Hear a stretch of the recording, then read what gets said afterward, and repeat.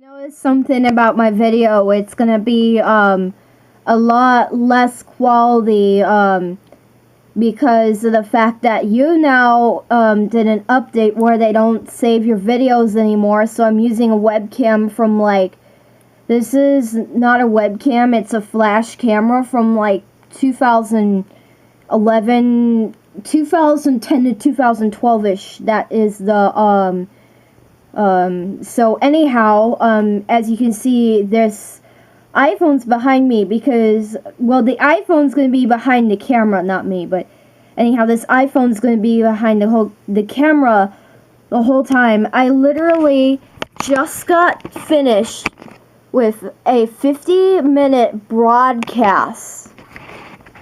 I'm having technical difficulties. There we go, now I can see my face. It's really important that I see my face. I literally just got done with a 50-minute broadcast. I was talking about my dreams because I like to vlog about that. And I go to fucking YouNow.com and I go to my profile and I cannot download my broadcast. It says quote unquote no moments. So it's not even there. So I'm gonna have to use my old playful flash camera as a transition.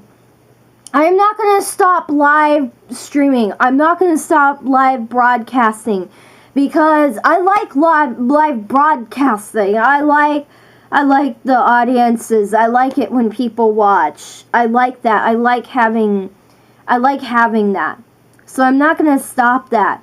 However, I just tried broadcasting twice now and it said invalid channel error, blah blah blah. If those technical difficulties continue, which I doubt if they will, but if they do continue, worst case scenario, I'm going to just relaunch myself with a new account because of the update or something. I don't know. You know, it's messy, okay? I just did a 50-minute broadcast and everything's lost, so I have to start from the very beginning. The video wasn't even that good anyways, so it's just as well. But the video quality on this video, because you're looking at me from a camera from 2010, 2012-ish. I believe this camera came out in 2012.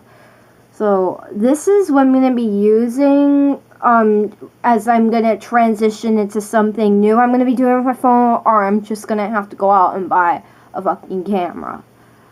Anyhow, I know the audio is not that good. Bear with me. Okay, I know it sounds kind of echoey because this is an old microphone, old technology, okay? I'm just using this because YouNow is finished. I don't know if it's finished, but it's just, there's something, yeah, you know what's going on. I went to their website, my video is now available to download. They're not saving videos anymore.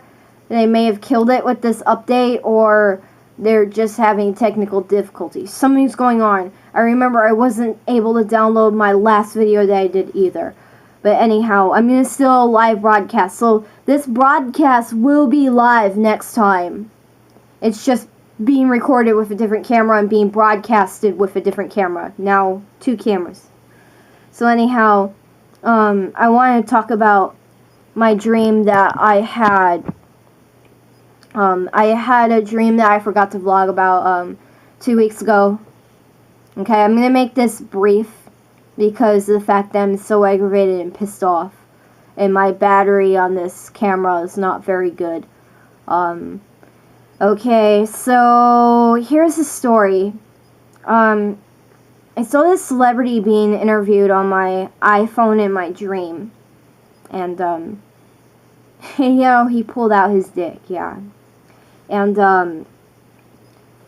on the side, on the shaft, it said, "Life is beautiful." So he had gotten that tattooed on his shaft, and yeah, it was very unique looking. The tip was also beige tan. You're thinking, why do I need to know that? I know. This is how I describe my dreams in graphic detail, okay? So get a bucket to throw up with, you know. Make yourself at home. Yeah, and it was like, it was kind of floppy. It was very entertaining. But then the dream digressed into something more sad.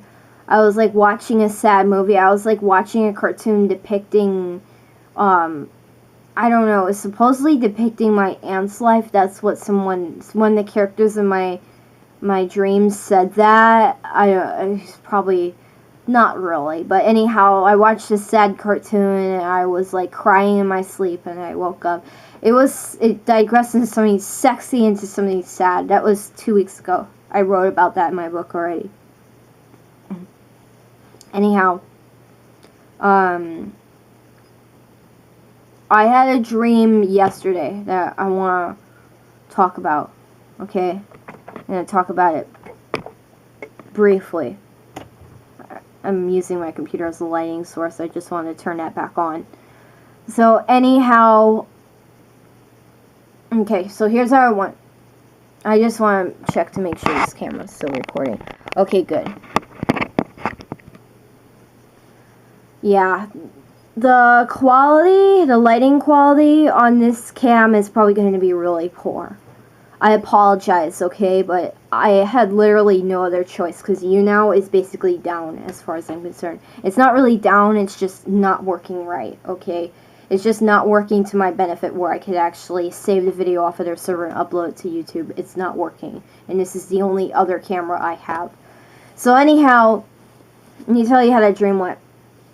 I was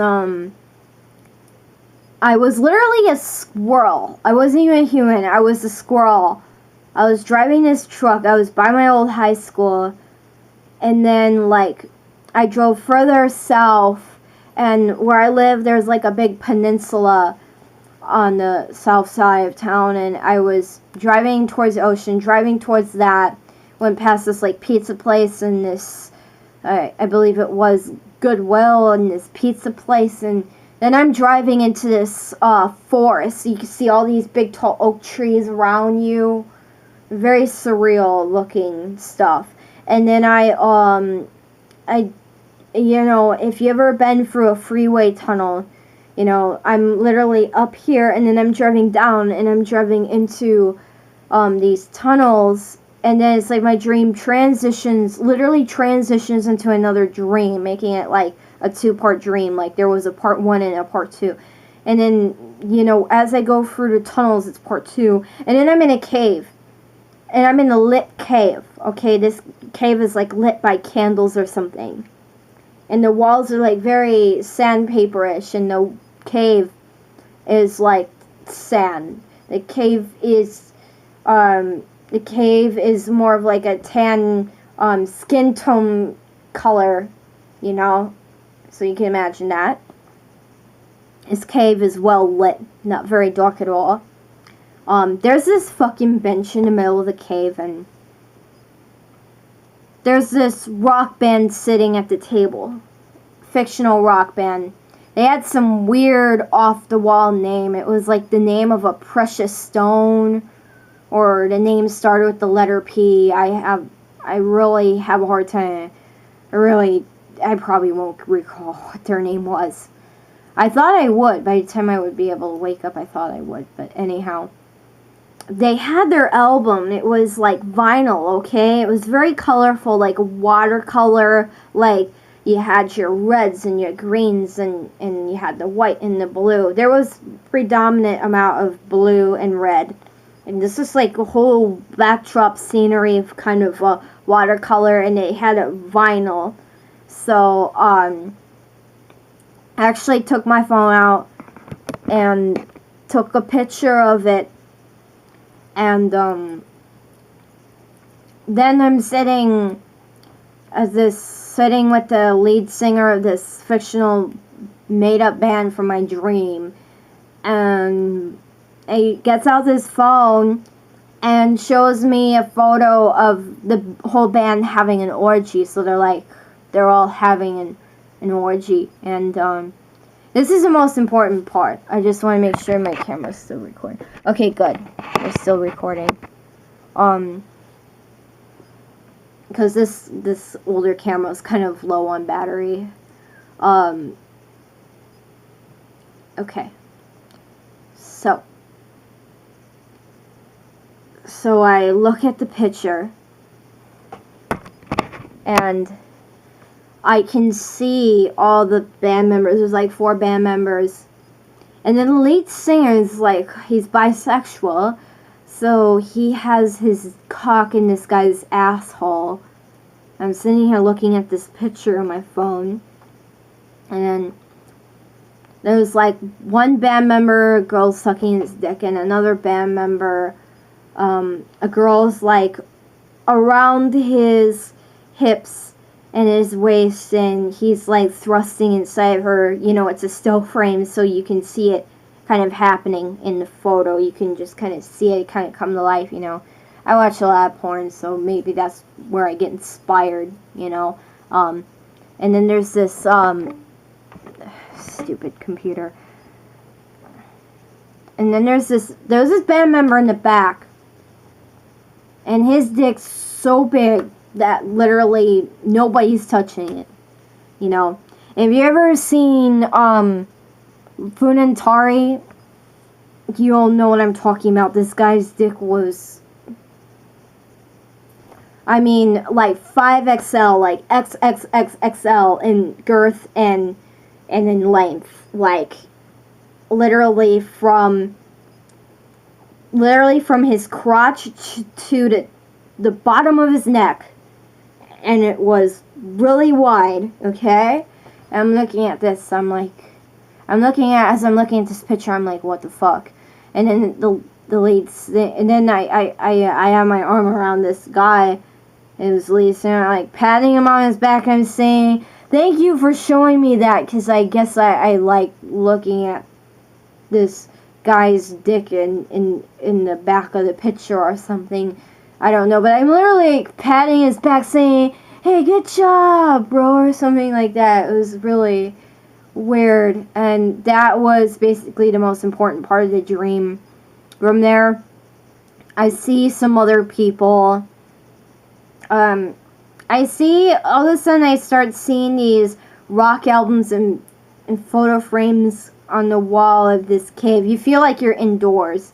It's kind of like a Disneyland sort of scenario where, come on, this cave's not really real. You know, it's like, are these rock bands hiding in caves, banging women in these, like, caves? Are we in, like, caveman times now, and we're mixing it with modern times? And I see all these rock albums and stuff like that, kind of, like, hanging in mysterious places and stuff like that. And I think I did see some guys sitting at a table, and I saw another album, but I had gotten back into it. I'm not sure if it was a truck or like a hippie van, like a Volkswagen van. I got back in it, and yeah, we can, you know, it was like this. Then it like turned into this like canopy where you were outdoors, and there was all these trees above you creating shade and stuff like that. And that's pretty much how it ended. Yeah, I had also talked about where I'm at right now in my life, in real life. I have tasks that I'm organizing, and anyhow, what's coming for me next is 2 things: learning how to drive and dating. So I have had a whole shitload of questions that I've asked about dating. A lot of people on the internet have answered them. I've been on sites like Reddit, Yahoo Answers, you know, and there's another one, but I don't want to say what it is because I just want to keep it private, because, you know, I don't know. There's a reason why I don't want to say what the third site is, but I've been on multiple websites and stuff like that, posting on all the forums and stuff. Well, I don't know if Yahoo Answers and Reddit are... Well, I think Reddit's more of a forum, but I don't know about Yahoo Answers. Is it? Not sure. But anyhow, the biggest thing I face is like negotiating with my mom and having to do things around my mom and doing things behind my mom's back. It does get tiring after a little while, believe me, it does. So, luckily, I get along with my dad really well. And my dad's really cool with everything for the most part. I get along with him really well. So, I would be really, really, really considering moving out if both parents were like that. And I gotta tell you that conservative parents that are really strict and rigid with their kids, I don't know if there's a difference between being conservative and being really strict and rigid with your kids, but there's a huge difference between, like, you know, parenting where you let the kids grow up and parenting where you, like, oppress the kids. So my mom is sort of like the oppressor in my case, and she's one of the biggest obstacles I face. And I was saying that people come with opinions alone. Like, it's already enough that society has a stigma about this or that or this or that, especially when it comes to sex. Anything around sex and dating. And I've been recently experiencing the inexperienced stigma. So, there's a stigma around me because I'm inexperienced and not very experienced. Definitely not. There's so many other women out there that are more experienced than me, and guys want that. And there's a big stigma about that alone. I already face enough challenges alone getting, you know, with these guys. And when I speak with them, I realize just how opinionated they are. And there's already enough challenge facing that alone. Especially if you're not lining up and agreeing. You know, you're not going to agree with everything with everybody. That's just not going to happen. And then my mom adds to it, you know, it's just not cool. Anyhow, I have these, so I call these things tasks, you know, like all the things that I have to do to get to the next thing in my life with dating, my love life, my personal life, and driving. And, you know, there's preparation, I have to study for that, all these things. I call them tasks. Yeah. And I also, I'm just checking to make sure this is still recording. This is like a wrap-up version of my 50-minute broadcast that I did on YouNow. So this is like a good thing in a way because you don't have to watch that like 50-minute video and be annoyed to death.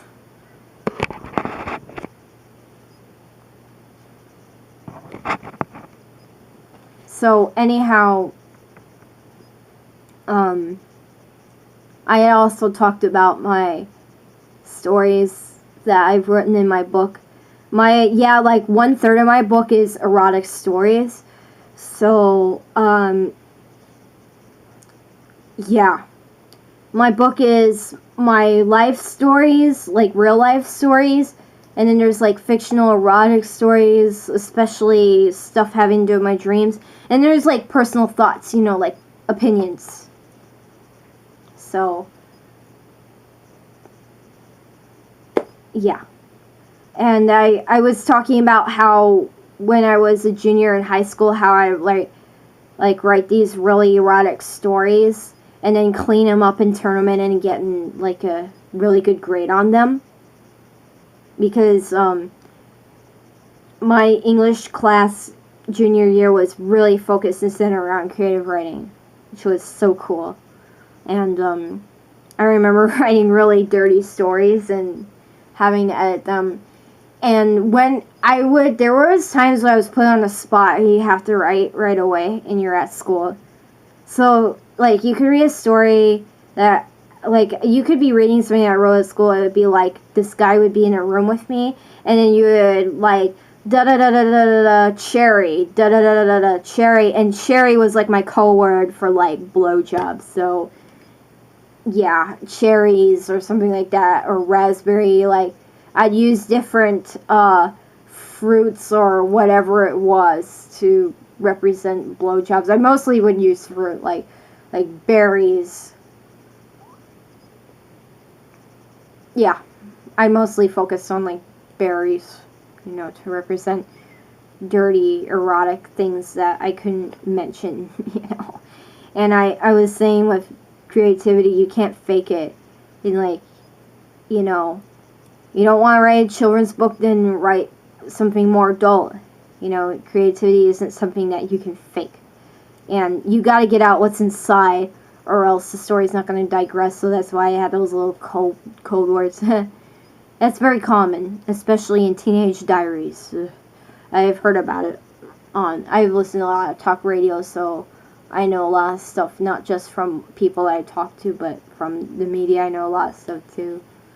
So, a lot of, yeah, I don't know if you call that journalism or what, but yeah. Yeah, I guess I'm pretty diversified. I don't know. I'm just rambling. Okay. Yeah, so I would name, like, 3 examples of, like, stuff that I substituted out in my book. So there was, like, this one story I really wrote that was really wild and crazy. I kind of, like, combined real life with fantasy, and there was, like, cocaine, and there's, like, drugs like cocaine in it. Most of my stories have sex and drugs in them.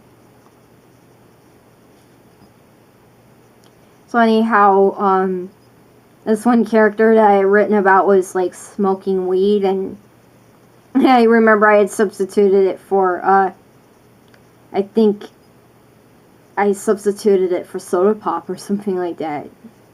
Yeah, there was that, and then there was, I